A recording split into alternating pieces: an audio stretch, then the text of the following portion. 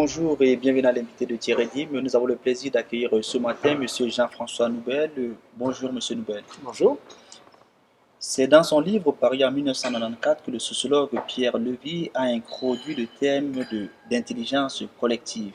Alors, quand on parle souvent d'intelligence collective, on a quelque chose d'assez flou, d'assez aléatoire. Comment vous pouvez-vous définir le terme d'intelligence collective? Alors, je pense que déjà le terme d'intelligence collective remonte à avant, mais effectivement, Pierre Lévy a vraiment mis ça en avant dans des ouvrages remarquables et donc a vraiment ouvert le champ de ce qui devient aujourd'hui une nouvelle discipline de recherche à part Hmm. entière, comme en son temps aujourd'hui, comme en son temps la sociologie ou d'autres disciplines. On n'a pas de définition d'intelligence collective, pas plus qu'on en a pour l'intelligence. Ça touche à quelque chose de tellement vaste. Par contre, on peut parler de manifestation d'intelligence collective. Donc on dira qu'il y a intelligence collective, par exemple, lorsqu'on voit un groupe d'individus en train d'accomplir un objectif complexe ou dans un environnement complexe et imprévisible. Et quand je dis individu, il peut s'agir de fourmis, d'oiseaux, enfin voilà, ça ne se restreint pas, bien entendu, simplement à l'humain. En fait, il n'y a pas de vie sans intelligence collective. Donc ça relève d'une propriété de la vie. Bon. Si on essaie donc de résumer le projet sur l'intelligence collective, on peut peut-être dire que c'est juste valoriser la diversité des connaissances, des compétences et des idées au sein d'une même équipe. Mais est-ce que à ce stade, cela ne signifie pas faire déjà des repérages des intelligences individuelles? Eh bien, tout dépend dans quel stade, dans quel type d'intelligence collective vous vous situez. Prenons le cas d'une entreprise. Alors là, vous avez deux cas possibles d'intelligence collective sur les quatre grandes catégories qui existent. Vous avez soit l'intelligence collective originelle, ça veut dire une petite start-up, un petit groupe, où là vous avez un petit nombre de personnes qui se voient les uns les autres, et vous verrez qu'il y a une énorme agilité, une énorme flexibilité. Vous aurez souvent des leaderships tournants. Ça veut dire que suivant l'action dans laquelle on se trouve, on a la même chose dans un groupe de jazz ou une équipe de sport, suivant le contexte, eh bien, vous allez prendre le leadership ou moi ou ainsi de suite.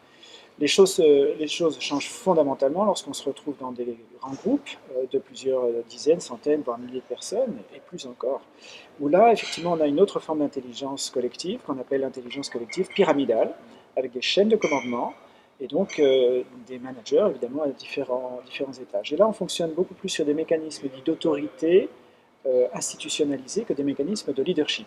Ce qui n'enlève pas le leadership. Quand quelqu'un a une autorité et du leadership, ça se passe bien. Quand quelqu'un a de l'autorité et pas de leadership, ça ne se passe pas aussi bien. Voilà.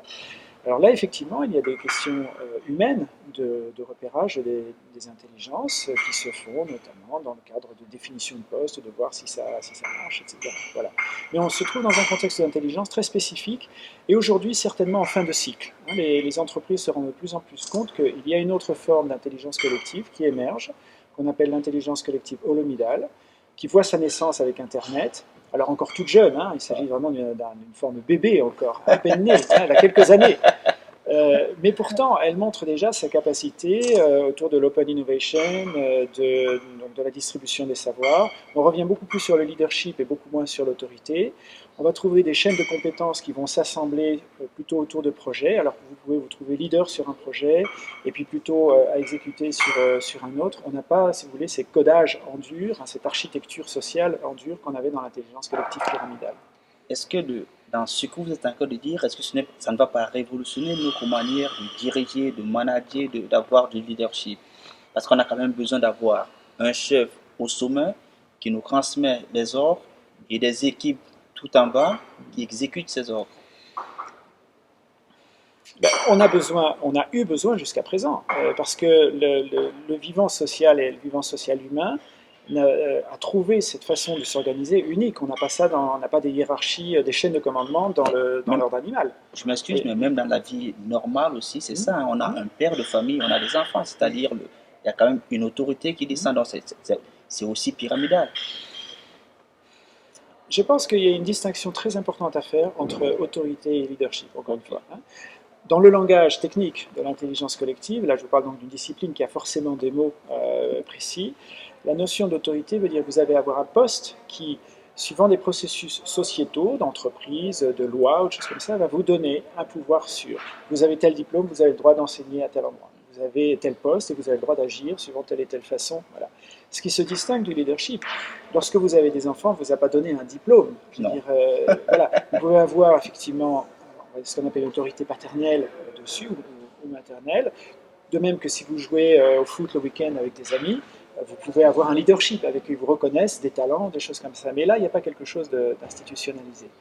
Alors, sur le fait que si on a toujours soi-même besoin d'une autorité, je vais vous répondre oui et non. Vous faire un peu une réponse de Normand là-dessus.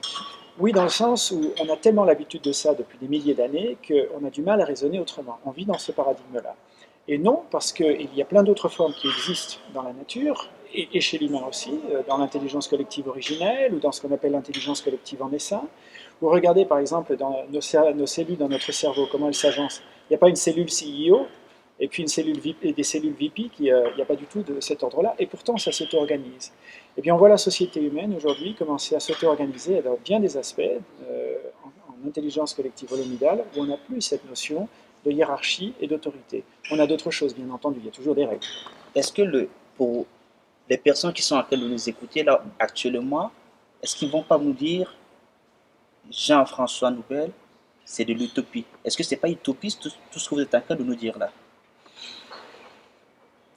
Moi, je parle, oui. Non, Oui. prenons le cas. J'ai une entreprise avec 15, 20, 30, 40 ou voire plus de collaborateurs.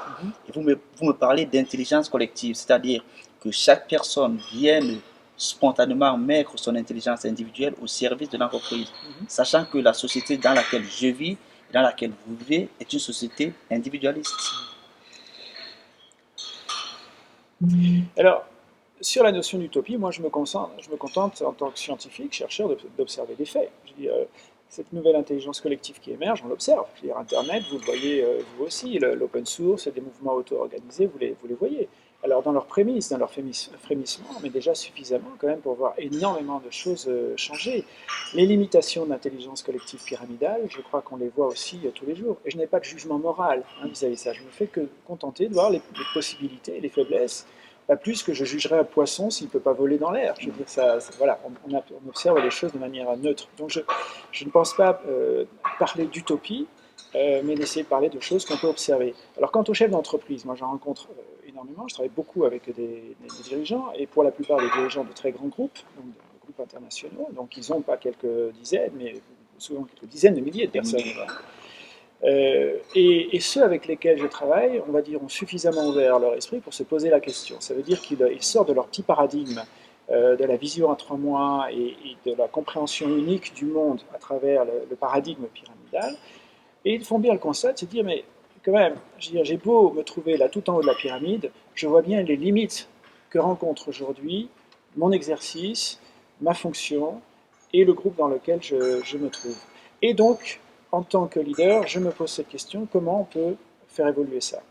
Et ce que je leur recommande tout le temps, je leur dis, ne changez pas l'existant, vous avez déjà une structure, comme vous avez déjà un paquebot, donc il a un design fait pour ça. Le changer, c'est d'ailleurs le détruire. Et puis vous allez rentrer dans des peurs, dans des souffrances intérieures, internes, je veux dire, fortes. Par contre, vous pouvez à côté tout à fait soutenir des bébés entreprises, des bébés organisations qui, elles, fonctionnent en intelligence collective holomidale. Si elles vont plus vite, si elles s'avèrent plus véloces, plus apprenantes, les gens s'amusent plus, ne se trouvent plus confrontés entre soit l'intérêt individuel ou soit l'intérêt collectif. Mais au contraire, ils voient que ça marche ensemble.